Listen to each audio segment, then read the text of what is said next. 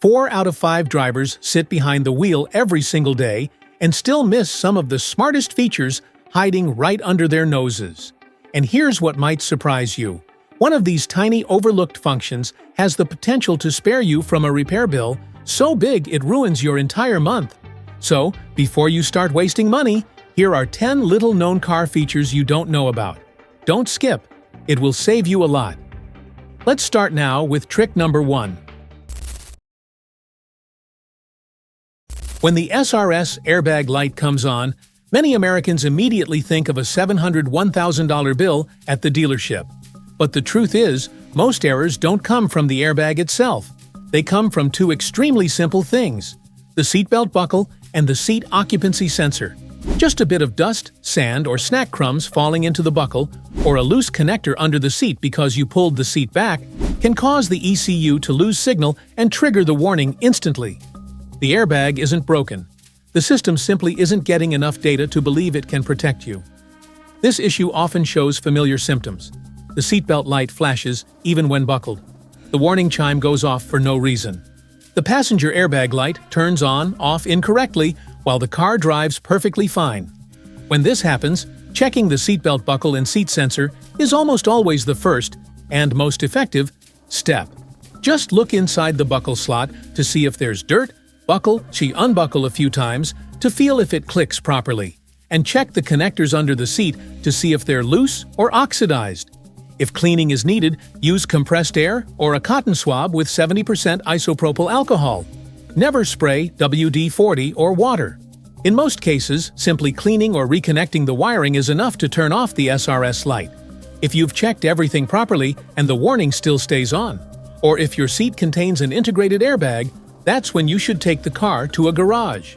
Trick number 1 is simple, but saves a lot of money and keeps you from being scared into replacing airbags you don't actually need.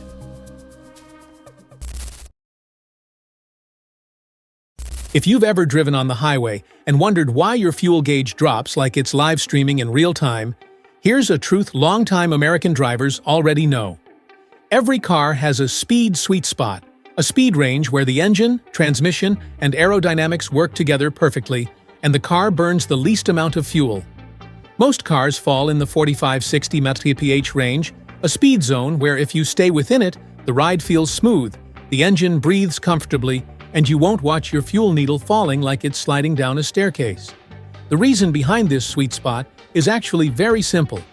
Every internal combustion engine has an RPM range where it works most efficiently. When you drive around 45-60 mph, the engine stays at low RPM, the transmission shifts into its highest gear, or overdrive, and the car only needs just enough power to keep rolling. But once you go past 60 mph, everything changes fast. Air resistance increases with the square of speed, meaning the wind doesn't just get stronger, it increases in a way that if you double your speed, the wind pushes back 4 times harder. And to overcome that resistance, the engine has to rev higher and burn significantly more fuel, no matter how powerful your car is. On the flip side, driving too slow doesn't help fuel savings either. Below 45 mph, you're usually in lower gears, the engine has to pull harder, and stop-and-go traffic makes your consumption worse than highway driving. Of course, every car has a slightly different sweet spot. Heavier vehicles or large SUVs might sit lower, while turbo or small-engine cars sometimes have a higher sweet spot. Low tire pressure, heavy loads, headwinds, or uphill roads also change this optimal zone.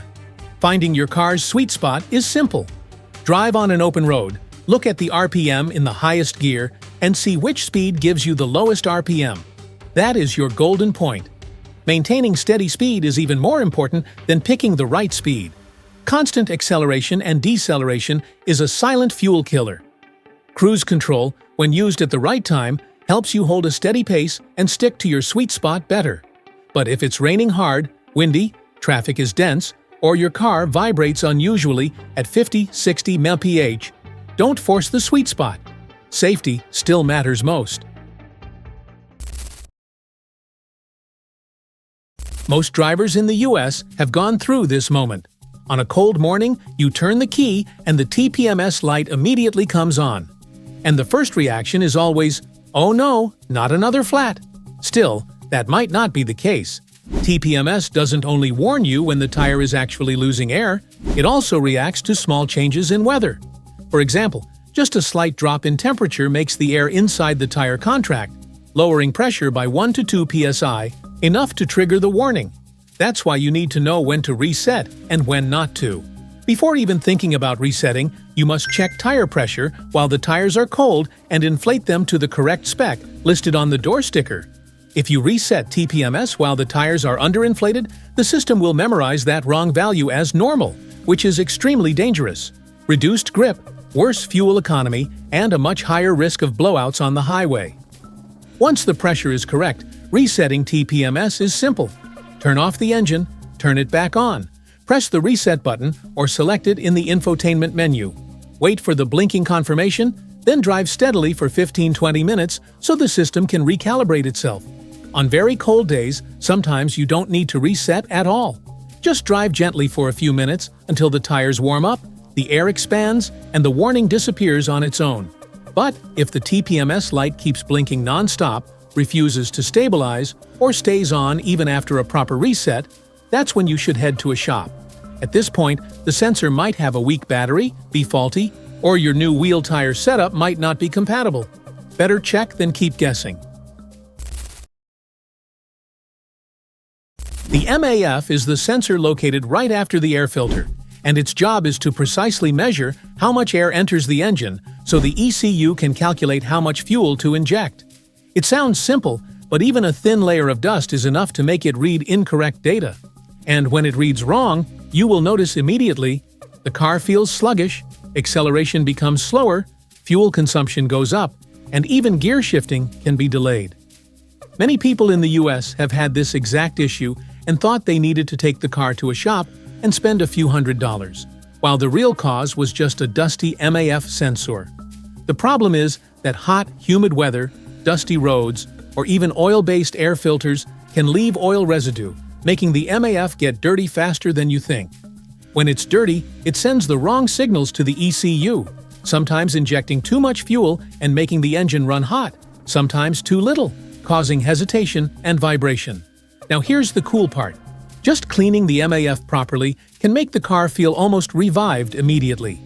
Many people say that after cleaning, the car feels more responsive, throttle becomes sharper, and fuel consumption drops by 5 to 15%. And it only costs 1 bottle of specialized cleaner and a few minutes of removal and installation.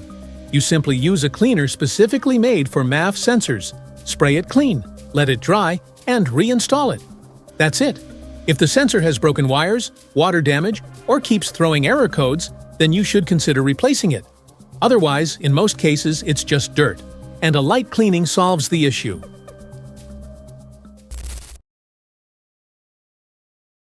Recirculation is probably the most misunderstood mode by drivers.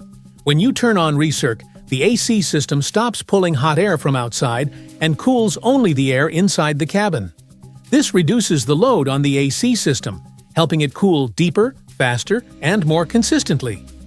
Most drivers in the US leave recirc on all the time, thinking it's good, but that's not actually the case. Recirc is most effective during intense heat, in traffic jams, when the cabin is extremely hot, or when you need to maintain deep cooling for a long time. In those situations, recirc helps save fuel, protects the AC system, and makes the cabin much more comfortable.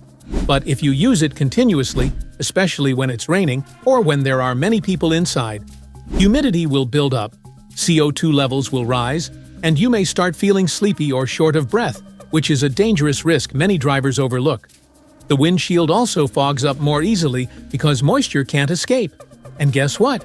This mode is directly related to AC odors too. When recirc is left on too long, the evaporator stays damp constantly, creating the perfect environment for mold. That's why many cars develop that musty smell after just a few months of use. The fix is extremely simple. Before turning off the car, just turn off the AC, switch to outside air, and let the fan run for a minute so the evaporator can dry. A small habit with a big effect. Most drivers in the US focus on oil changes, filters, brakes, but forget that each tire position on the car carries a different load. The front tires, especially on front-wheel drive cars, always wear faster because they handle both the vehicle's weight and the steering force. If you don't rotate your tires regularly, the set will wear unevenly, the car will start vibrating, noise will increase, cornering stability will drop, and the worst part is you may have to replace the entire set just because one tire wore out too quickly. Rotating at the right time helps all 4 tires wear evenly, keeps traction consistent, reduces the risk of skidding during hard braking, and gives you a more confident driving feel. Something drivers in the US care about a lot, especially when driving on highways or in bad weather. A clear sign that you urgently need a rotation is when the steering wheel starts vibrating at 50-60 mph, or when the car pulls to one side even though the tire pressures are correct. Wear patterns like feathering or scalloping are also warning signs. Many people confuse rotation with alignment or balancing, but these 3 things are completely different. Rotation is simply swapping tire positions, but it helps you detect early issues in the other 2 systems before they cause bigger problems. Automakers usually recommend rotating every 5,000–8,000 kilometers or at every oil change to make it easier to remember. For AWD vehicles, rotation is even more important because differences in tire wear can damage the drivetrain. If done properly, rotation delivers clear benefits: smoother driving, less vibration, more confident cornering, better grip in the rain, and most importantly, you save a lot of money by maximizing tire lifespan. On the other hand, incorrect rotation, or rotating when the tires are already too worn, can be dangerous. That's why rotation should always go together with checking tire pressure, rebalancing, and noting the mileage for tracking. The brake system always talks to you before it actually has a problem, and sound is the earliest and easiest signal to detect without any professional tools. Normally, brakes may make slight friction noise or a small squeak in the morning when the rotors are still damp. That's completely normal and will disappear after a few minutes of driving. But when a prolonged squeaking sound appears regularly, it might be the car's way of telling you that the brake pads are near their limit. Modern brake pads are designed with a metal warning tab, and when you hear metal touching the rotor, it means you're at the yellow line. More dangerous is the loud grinding noise, the metal-on-metal sound that makes any driver cringe. It means the friction material is completely gone, and the metal part of the brake pad is scraping directly on the rotor, which is dangerous and leads to expensive repairs. Even if you hear clicking sounds or humming vibrations when braking at high speed, it could be a warped rotor or loose components inside the brake assembly. These sounds not only reduce your confidence during emergency braking, but can also cause steering wheel vibration or the car pulling to one side. If you hear these sounds, take your car to a shop immediately. And to reduce brake noise long-term, the best approach is to use good quality brake pads. Clean the system regularly, avoid constant hard braking on descents, and keep the suspension in good condition. If you've ever heard the engine make a ticking sound or felt the car become heavier after an oil change, there's a high chance you used the wrong viscosity. And that's an expensive mistake many drivers in the US don't notice. Viscosity determines the lubrication film between metal components. If it's too thin, the oil film is weak. Metal parts collide, creating knocking noises and faster wear. If it's too thick, the oil circulates slowly during startup. The engine feels sluggish, cold starts become harder, and operating temperatures rise. In essence, viscosity directly affects noise, temperature, and engine lifespan. Choosing oil isn't something you do randomly. Follow the manufacturer's recommendation, for example 5WA30 or 5WA40, and only go up or down one grade if you truly understand your driving conditions. Hot climates may need a higher second number. Older engines sometimes benefit from thicker oil, but only within the allowed range. Signs you're using the wrong viscosity include loud engine noise right after an oil change, increased fuel consumption, radiator fan running more often, or difficult cold starts. A small tip is to try full synthetic oil for newer cars, avoid jumping too far in viscosity, and monitor engine noise for a few days after the change.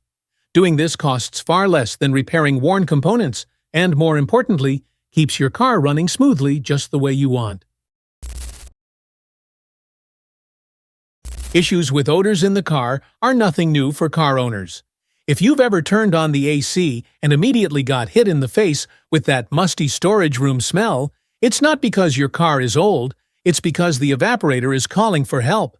The evaporator sits deep inside the dashboard, always cold and moist. Condensation forms on its surface. Dust gets through the cabin filter, and you know what happens when moisture meets dust. Mold, bacteria, and a nasty smell that makes you want to open the doors even when it's 100 degrees outside. But the problem isn't just the smell. When the evaporator is dirty, the AC takes longer to cool, the air feels humid and slightly sour, the blower works harder, and the cabin still doesn't get cold, sometimes even causing sneezing or irritation for passengers. The good news is, you don't need to remove the dashboard to fix it. No one wants to wait all day while a technician removes every plastic clip, and you definitely don't want the risk of dashboard rattles afterward. The evaporator can be cleaned indirectly through the cabin filter slot or AC ducts. Just use a dedicated foam-type cleaner, the kind with a long tube, and the foam will spread across the evaporator surface, kill bacteria, remove odors, and drain out through the water outlet under the car. You just remove the cabin filter, spray the foam inside, wait 10-15 minutes, reinstall the filter, or replace it if it's too dirty, turn on the AC to blow out the remaining solution, and that's it. Regular cleaning helps eliminate odors, cools the cabin faster, reduces allergy-causing bacteria, increases blower motor lifespan, and even reduces fuel consumption because the system doesn't have to work as hard. Usually once every 12 months is enough, but if you live in a humid or dusty area, or often eat or drink in the car, reduce it to every 4 to 8 months. And if your car has run over 80,000 kilometers without ever cleaning the evaporator, you've probably been living with that mystery smell longer than you realized. Fuel additives are often advertised as a miracle cure for every car, but in reality, adding more is not always better. They're designed to clean injectors, the combustion chamber, intake valves, improve combustion efficiency, reduce carbon buildup, and stabilize the fuel. However, many drivers mistakenly think that when the car feels sluggish or fuel consumption increases, they need to pour additives in constantly. And this mindset is exactly what leads to misuse or overdosing, which can harm the fuel system. When used correctly, the right type and the right amount, additives actually bring noticeable improvement. Cleaner injectors, more complete combustion, easier cold starts, and sometimes better fuel economy. Situations where you should use additives include cars that often run in the city, heavy traffic causing carbon buildup, or when the vehicle has gone 10,000, 20,000 kilometers without cleaning the fuel system. PEA additives, which are highly rated by mechanics, are the best choice for breaking down stubborn carbon deposits, while PIB or PIBA types are suitable for maintenance and prevention. Octane boosters are helpful if the fuel quality in your area doesn't meet the required octane rating. On the other hand, overusing additives or using low-quality products can clog injectors, foul spark plugs, create uneven combustion, and even damage the catalytic converter. Some products that advertise multi-purpose cleaning are basically diluted solvents or contain heavy metals that can ruin oxygen sensors. The proper dosage should follow instructions: 1 bottle for 40 to 60 liters of fuel, used every 5,000 to 8,000 kilometers for typical cars, or every 3,000 to 5,000 kilometers for vehicles that frequently drive in city conditions. However, we still advise against adding additives every time you refuel or using them too often. So you've just gone through 10 small tips that many drivers only accidentally discover after spending quite a bit of money and time at the garage. These tips aren't some advanced secrets, but they are often overlooked in daily driving habits. And it's exactly those small details that can sometimes make a big difference in your driving experience. If you've tried any of these tricks, or if you have real-world experiences that others can learn from, feel free to share them in the comments. Real stories from viewers are what help the community understand their cars better and avoid unnecessary mistakes.